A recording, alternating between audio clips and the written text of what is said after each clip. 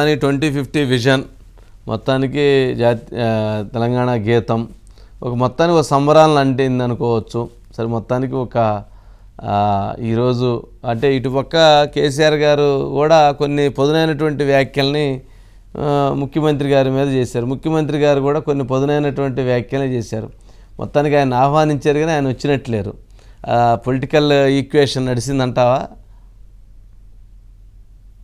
తీవ్ర వాదోపవాదాలు, చర్చోపచర్చలు, విమర్శలు, తీవ్ర విమర్శల అనంతరం ఈ ప్రభుత్వం తెలంగాణ ఆవిర్భావ దశాబ్ది ఉత్సవాలు ఎలా చేయాలనుకుందో అలా చేసింది. అట్టహాసంగా జరిపింది. ఉదయాన్నే గన్ పార్క్ వద్ద నివాళులు అర్పించి ఆ తర్వాత పెరేడ్ గ్రౌండ్ లో కార్యక్రమాన్ని నిర్వహించారు. ఆడ సన్మానం అయిపోయిన తర్వాత తెలంగాణ అధికారిక గేయం జయ జయ తెలంగాణ అనే అధికార గేయాన్ని ముఖ్యమంత్రి రేవంత్ రెడ్డి ఆవిష్కరిస్తున్న సందర్భంలో జయ జయ తెలంగాణ రూపకర్త అందశ్రీ తీవ్ర భావోద్వేగానికి గురయ్యారు. ఆయన ఉడికి వస్తున్న దుఃఖాన్ని పంటి తుడుపున ఆపుకున్న పరిస్థితిని మనం చూసాం. ఎందుకంటే ఒక రచయితకి తాను రచించిన పాట రాష్ట్రానికి అధికార గేయం అవుతుందంటే దాన్ని ఎవరైనా కూడా అంత ఈజీగా ఆ దుఃఖాన్ని కానీ లేకుంటే ఆ ఉద్విగ్న క్షణాలను ఆపుకోలేదు సార్. అది వాళ్ళ అందశ్రీలో స్పష్టంగా కనిపించింది. ఎందుకంటే గత ముఖ్యమంత్రిగా ఉన్న కేసీఆర్ ఆయనకు హామీ ఇచ్చారు, 10 ఏళ్లలో అది అమలు కాలేదు. కానీ ఈ ముఖ్యమంత్రి ఎన్నికలకు ముందు హామీ ఇచ్చారు, దాన్ని అమలు చేసి చూపెట్టారు. కాబట్టి అందశ్రీ ఉద్విగ్నానికి గురయ్యారు. అదొకటి గడిచిపోయింది సార్. ప్రస్తుతం ట్యాంక్ బండులో ఉత్సవాలు ఇంకా కొనసాగుతున్నాయి. అయితే రేవంత్ రెడ్డి చాలా స్పష్టంగా మాట్లాడారు.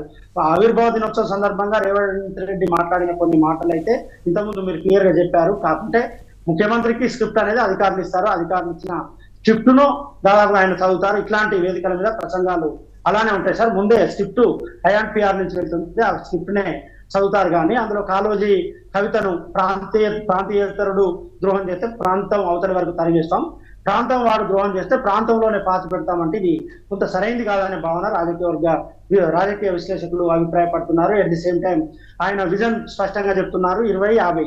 2050 విజన్ చెప్తున్నారు. అర్బన్, సబర్బన్, రూరల్ 3 ప్రాంతాలుగా విభజిస్తాం. 3 ప్రాంతాలుగా విభజించి తెలంగాణ రాష్ట్రాన్ని అభివృద్ధి చేస్తామని చెప్తున్నారు. ఇప్పటికీ ఆయన స్పీచ్ లో చెప్పారు. మూసీ నదిని ప్రక్షాళన చేస్తున్నాం, టీఎస్పీఎస్సీని ప్రక్షాళన చేస్తున్నాం, ధరణిని మార్పులు చేస్తున్నాం, అదేవిధంగా 30,000 ఉద్యోగాలు ఇచ్చాం అని చెప్తున్నారు. తెలంగాణ గేయాన్ని ఆవిష్కరించాం, అదేవిధంగా తెలంగాణ చిహ్నాన్ని తీసుకొస్తాం, అదేవిధంగా తెలంగాణ తల్లిని తీసుకొస్తాం, చాలా విషయాలు అయితే చెప్పారు. కానీ ఈ ఆవిర్భావ దినోత్సవాలకు సంబంధించి అన్ని పార్టీలు ఇవాళ మనిషికో రకమైన కార్యక్రమాలు చేసుకున్నాయి. సిపిఐ కూడా చాలా క్లియర్ గా చెప్పింది, తెలంగాణ ఉద్యమంలో మా పాత్ర కాదనలేనిది. ముఖ్యమంత్రి రేవంత్ రెడ్డి ఎవరి ఒత్తిళ్లకు లోని కావకుండా ఆయన పరిపాలన ఏదైనా ఆయన చేసుకొని పోవాలి, లేకుంటే గతంలో కేసీఆర్ మాదిరిగానే రేవంత్ రెడ్డి కూడా ఉండే అవకాశం ఉంటుందని సిపిఐ మిత్రపక్షంగా ఉన్న సిపిఐ ఇవాళ చెప్పింది. భారతీయ జనతా పార్టీకి సంబంధించి లక్ష్మణ్ చాలా స్పష్టంగా మాట్లాడారు. ఇవాళ సోనియా గాంధీని ఆహ్వానిస్తా అన్నారు. సోనియా గాంధీ ఎలా వస్తుంది? సోనియా గాంధీని గతంలో బలిదేవత రేవంత్ రెడ్డి అన్నారు. ఆయన మళ్ళీ ఇవాళ తెలంగాణ దేవత సోనియా గాంధీ అంటున్నారని లక్ష్మణ్ మాట్లాడారు. కేసీఆర్ కూడా చాలా స్పష్టంగా మాట్లాడారు. నన్ను పిలుస్తున్నారు, ఆహ్వానిస్తున్నారు, కానీ నాకు అక్కడ మాట్లాడే అవకాశం లేదు, ఎట్ ది సేమ్ టైం చాలా అవహేళన చేస్తున్నారు అంటూ ఆయన మాట్లాడారు. ఈ ప్రభుత్వాన్ని తీవ్రంగా విమర్శించారు. 5 నెలల కాలంలో ప్రజా సంక్షేమం లేదు, అభివృద్ధి లేదు, ప్రజలను పూర్తిగా గాలికి వదిలేశారు, రైతులు తీవ్రంగా ఇబ్బందులు పడుతున్నారంటూ కేసీఆర్ కూడా చాలా తీవ్రంగా విమర్శించారు.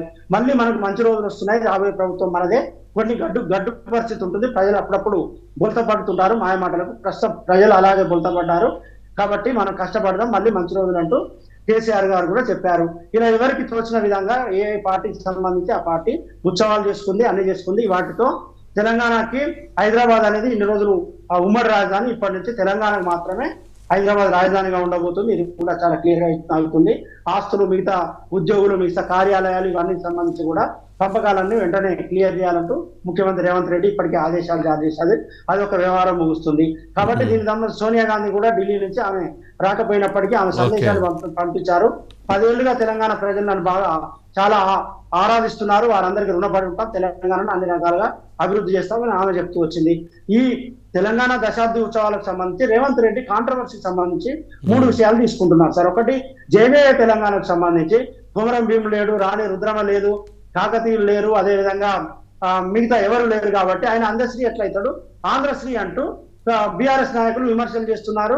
ఆ విమర్శలు సోషల్ మీడియాలో చాలా తీవ్రంగా వారు తీసుకెళ్తున్నారు. ఎట్ ది సేమ్ టైం చిహ్నాన్ని తీసుకొస్తున్నారు. చిహ్నంలో కాకతీయుల తోరణ ఉండలేదు, చార్మినార్ ఉండట్లేదు అంటూ తీవ్రంగా దాంట్లో విమర్శిస్తున్నారు. తెలంగాణ తల్లికి సంబంధించి ఎందుకు మార్చాల్సి వస్తుందని ఈ విమర్శలు వస్తున్నాయి. అంటే ఒకవైపు 6 గ్యారంటీలను అమలు చేయాల్సింది పోయి, ప్రజల అభివృద్ధి సంక్షేమం పైన దృష్టి సారించాల్సింది పోయి టీఎస్టీ చేసి టీజీ పెడుతున్నాడు. ఇలా సున్నితమైన అంశాలను ఎందుకు టచ్ చేస్తున్నాడు రేవంత్ రెడ్డి అనే ఒక విమర్శలు కూడా ప్రతిపక్షాల నుంచి వస్తున్నాయి సార్.